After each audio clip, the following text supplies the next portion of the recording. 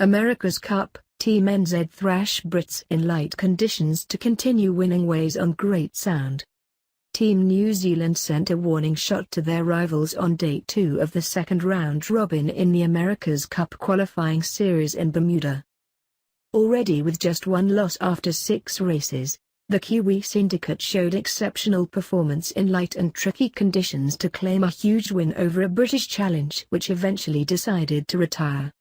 The dominant display came just before another impressive effort out on the Great Sound on Thursday, Friday NZ time, Jimmy Spithill and Oracle shaking off an early penalty to come from behind to beat Dean Barker and Team Japan.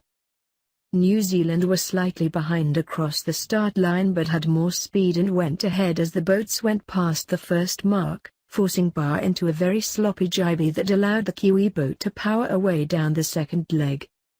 The advantage only stretched significantly for Team New Zealand from there as they displayed an impressive ability to foil in conditions ranging between just 7 and 10 knots, just above the minimum requirement for racing of 6 knots. The Kiwi outfit was so far in front as they crossed the finish of the shortened course, Sir Ben Ainslie decided to retire from the race as the Brits battled up the 5th and second to last leg. The multiple Olympic champion had earlier been heard voicing his frustrations and repeatedly asking what happened after the Kiwi boat had blown by them past the first mark. The result took the Kiwi outfit, who were scheduled for races against Japan and France on Saturday, to 6 points and briefly level with Oracle. However, the cup holders soon reclaimed sole top position with an impressive win over Japan. Barker outmaneuvered longtime rival Spithill at the start, forcing a penalty on the US for late entry to the box, which left them almost dead in the water and well behind up the short first leg. But Oracle soon began to peg that buffer back and stayed right in touch. After being within 22 seconds at the 4th gate, the US syndicate made the decisive move with a split going down the 5th leg.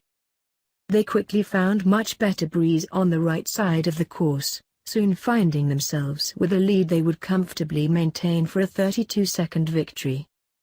There was some consolation for Barker, though, given Japan had earlier completely outperformed France to claim a commanding win.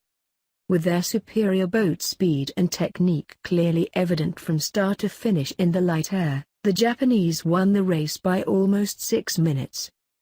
Both teams were late to the start line in the light conditions, but it was Barker who controlled proceedings from the front position and got away first, rounding the opening mark with an early 8-second advantage.